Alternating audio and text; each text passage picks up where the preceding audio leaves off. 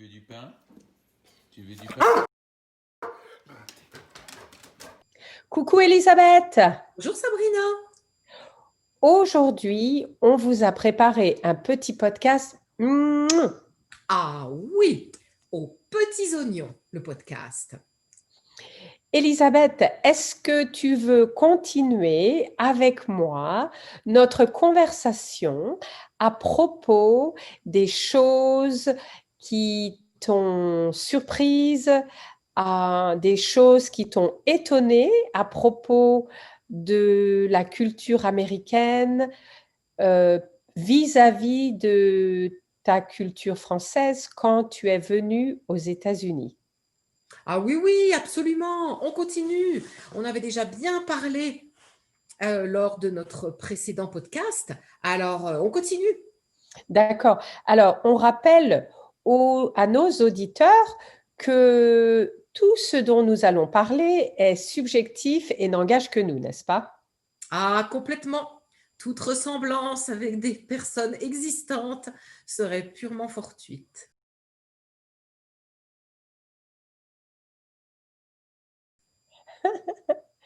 Alors, dans notre dernier podcast, nous avons parlé un petit peu des différences entre notre gastronomie et la gastronomie américaine quand nous sommes venus aux États-Unis. Moi, je suis venue aux États-Unis dans les années 90, au début des années 90. Et il y a quelque chose qui m'a beaucoup surprise, Elisabeth. Mes parents s'étaient installés aux États-Unis et avaient acheté un restaurant en Floride, un restaurant français, n'est-ce pas? Très, très gourmet, 5 étoiles, avec vraiment la gastronomie française. Mais il y avait des choses qu'ils ont dû modifier pour accommoder les palais,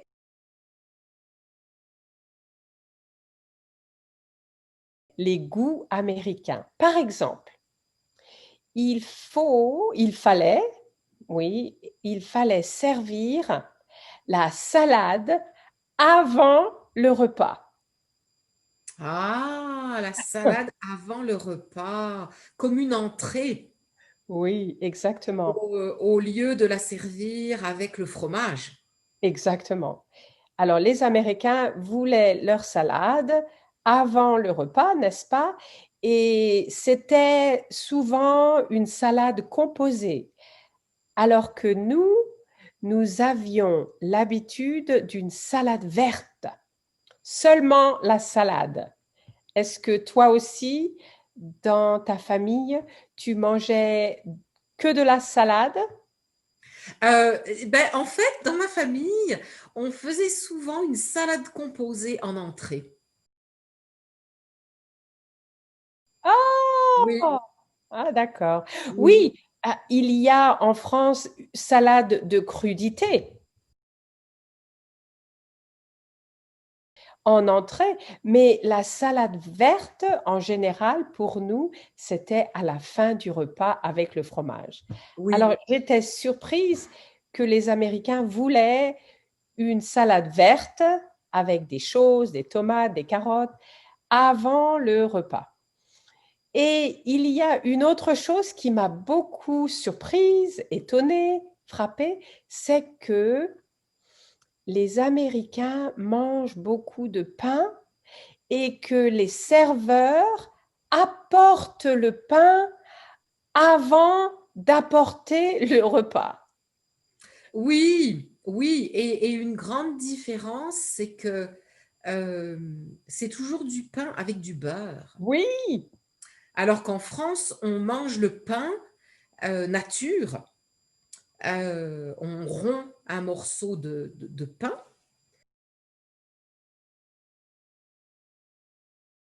Hein, rompre. Rompre, ça veut dire casser un morceau de pain. Et on le mange nature, sans beurre. Alors qu'aux États-Unis, on met du beurre sur le pain.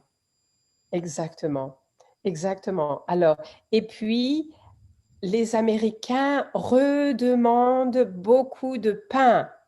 et les serveurs amènent beaucoup de pain pendant tout le dîner. Et au final, à la fin, les Américains consomment beaucoup de pain pendant leur repas. Une autre différence qui m'a choquée, qui m'a frappée, qui m'a étonnée, c'est que les Américains, enfin, je parle des Américains qui venaient dans le restaurant de mes parents. Ils ne buvaient pas beaucoup d'eau. Ils buvaient du café avec leur repas. Quelquefois, ils buvaient du lait avec leur repas ou ils buvaient de l'alcool avec leur repas.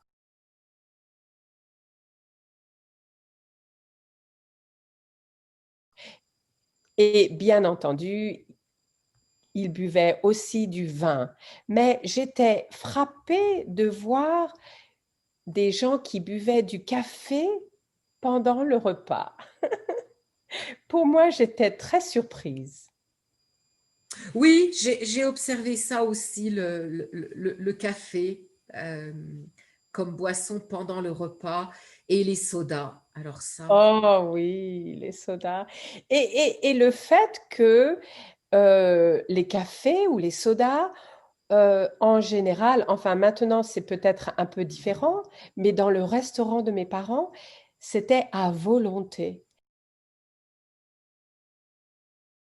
Alors quand ils finissaient leur café, ils voulaient plus de café et ils buvaient beaucoup de café pendant le repas. Et moi, pour un Français, le café, c'est après le repas et c'est une petite dose, alors que les Américains, ils buvaient du café comme nous buvons de l'eau. oui, oui, oui, c'est vrai, c'est vrai. Et à volonté. Et dans beaucoup de restaurants encore, hein, le café est à volonté et les boissons gazeuses, les sodas aussi sont à volonté. Ouais, Ce qui, à mon avis, n'est c'est- pas une très bonne idée, mais bon. Oui, et je pense que maintenant en France, il y a des cafés ou des restaurants où, et surtout dans les fast-foods qui viennent des États-Unis, on peut avoir des boissons à volonté. Est-ce que tu as remarqué aussi, Elisabeth, moi j'étais très surprise par la taille des portions énormes. Ah oui, oui, oui, que ce soit les boissons dans des verres gigantesques ou les portions de nourriture, de très grosses portions, bien plus grosses que ce dont on a l'habitude de manger en France. Et c'est vrai que aux États-Unis, euh, je commande rarement un dessert, alors qu'en France, comme les portions sont plus petites, on a beaucoup plus tendance à commander une entrée, un plat, fromage ou dessert. Exactement. Et une autre chose qui m'a surprise pendant que nous continuons cette conversation à propos de manger au restaurant, c'est ce que les Américains appellent les doggy bags. C'est si une personne commande un repas et ne finit pas son repas, la personne demande au serveur d'envelopper les restes du repas et cela s'appelle un doggy bag. Alors, ce n'est pas vraiment pour le chien, c'est surtout pour nous à consommer plus tard. Et j'étais très surprise parce qu'en France, oh là là, on n'oserait jamais demander d'apporter les restes à la maison. Oui, c'est vrai que je n'aurais jamais osé demander les restes et j'étais embarrassée quand j'ai emménagé aux États-Unis, quand mon mari le demandait. Mais tu sais que maintenant, c'est légal en France. Ah non, je ne Ah sais. oui, oui, quand on mange au restaurant, si on ne finit pas et qu'on veut emporter les restes, c'est légal. Ouais, Hmm. c'est une loi qui a été passée, je ne sais plus, il y a peut-être 3 ans ou 4 ans, je ne sais plus. c'est légal. Donc, est-ce qu'il faut le demander ou est-ce que c'est automatique que les serveurs te donnent tes restes? Je pense que ça dépend des restaurants. J'ai mangé dans un restaurant où on nous a demandé, ouais, D'accord, si on voulait emporter nos restes. d'accord. Oh là là. Oui, alors voilà Ben, les... c'est une des nombreuses choses qui sont exportées des États-Unis. Oui, complètement, complètement. Comme beaucoup, beaucoup d'autres choses, beaucoup de Oui. choses. Alors, Bon, puisqu'on parle de oui. restaurants et euh, de boissons, par association d'idées, je pense aux toilettes.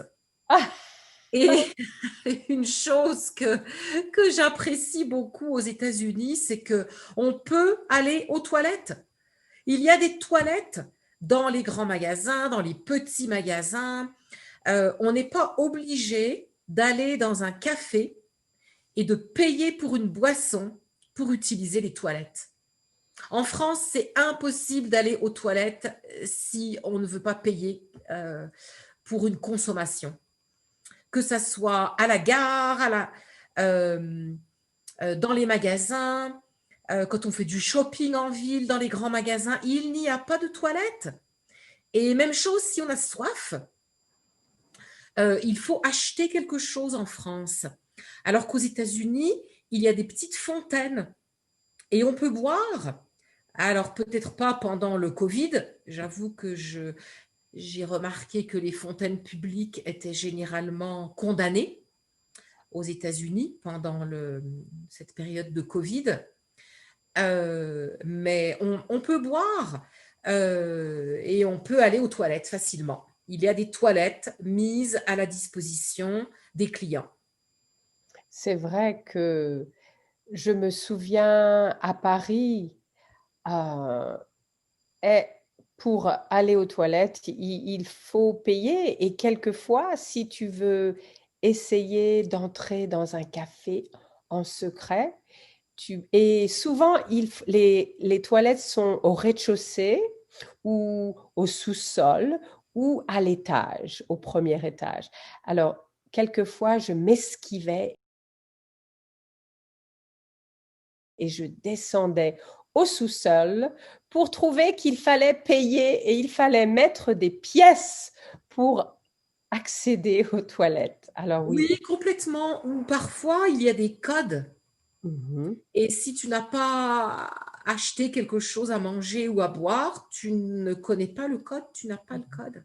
mhm. Ouais. Oui, c'est vrai que Ouh. c'est gênant, c'est difficile Ben, de... je pense que les États-Unis, les pays anglo-saxons en général, ont compris que c'était dans leur intérêt que le client puisse aller aux toilettes, que le client se sente bien dans le magasin et que plus le client restait et se sentait à l'aise, plus il y avait de chances qu'il achète quelque chose. Exactement, exactement. Oui, les Américains ont compris ce phénomène. Mhm. Et oui, alors je vais changer de discussion, pas de discussion, mais une autre chose qui m'a étonnée, qui m'avait beaucoup étonnée dans les années 90. Maintenant, je pense que c'est différent en France, mais aux États-Unis, j'avais remarqué que les gens, les femmes, portaient des baskets pour aller travailler.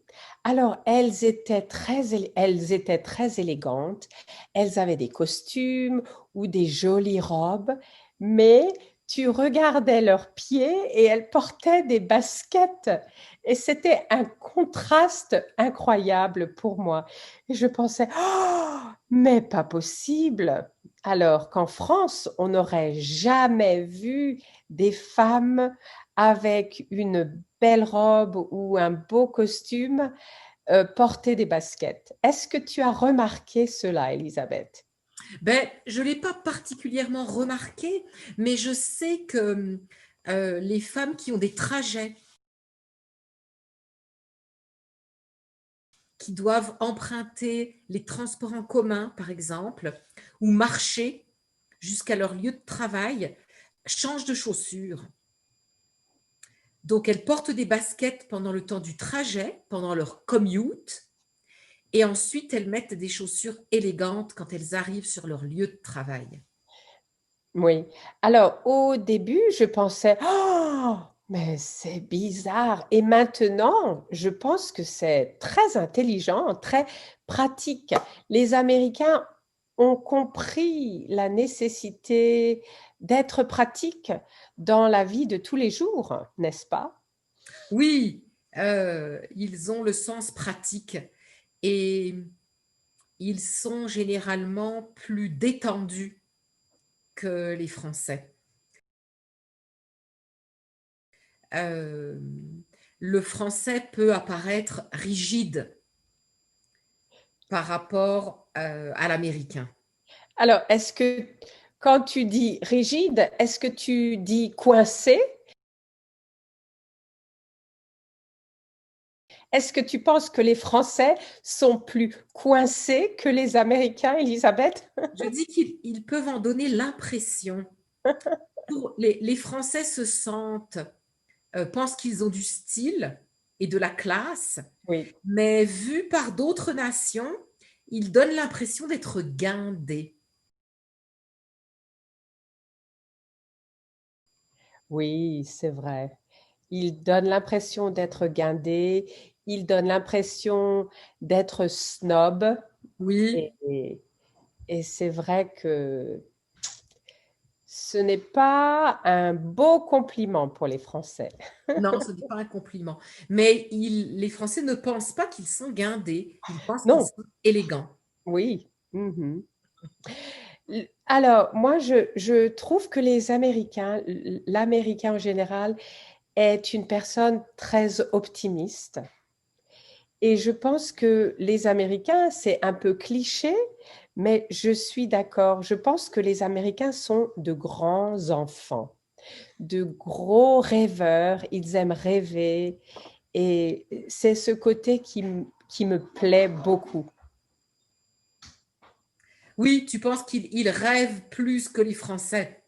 On le Oui, voit avec les parcs Disney, les parcs d'attractions et toutes sortes d'autres euh, de colifichets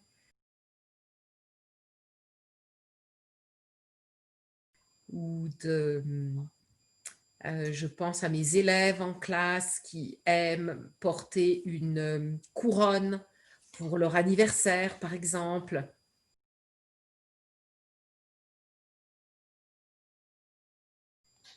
oui, exactement, exactement. Et euh, alors, ce sont de grands rêveurs et je pense que les Américains ont aussi que la foi est importante pour eux. Et une chose qui m'a beaucoup choquée quand je suis venue aux États-Unis, c'est de voir le nombre d'églises, qu'il y avait des églises à tous les coins de rue et que les églises étaient si différentes les unes des autres. Il y avait les églises baptistes, il y avait les églises de Luther, il y avait les églises, beaucoup, une grande diversité, encore une fois, dans la foi des Américains. Oui, oui, oui, tout à fait. On n'a pas cette diversité dans la religion en France, mais aux États-Unis, il y a beaucoup de divisions et subdivisions dans l'Église protestante. Euh, Effectivement, c'est une grande différence, oui, je suis d'accord. Oui. Et puis, une autre différence qui est due à, encore une fois, l'immensité des États-Unis. C'est un tellement grand pays, c'est aussi la différence de climat. Alors, par exemple, euh, dans le Midwest, euh, les tempêtes de neige sont courantes. Et en Floride, par exemple, ou dans le sud des États-Unis, les ouragans et toutes ces différences incroyables de climat, alors que la France, c'est beaucoup plus modéré. Oui, oui, la France a un climat tempéré. Je Euh, n'avais jamais connu d'ouragan avant de venir aux États-Unis. Et j'ai connu l'ouragan quand j'étais en Floride et c'est incroyable. La destruction que les ouragans peuvent causer. Et la même chose avec la neige, les tempêtes de neige dans le Midwest et aussi au Colorado, euh, la destruction qu'elles peuvent causer aussi. Et je n'avais jamais rencontré ce type de phénomène en France. Enfin, à Paris. Peut-être que toi, à Dijon. non, pas d'ouragan non plus à Dijon. Et effectivement, les tornades et les mini-tornades, c'est quelque chose de stupéfiant. Oui.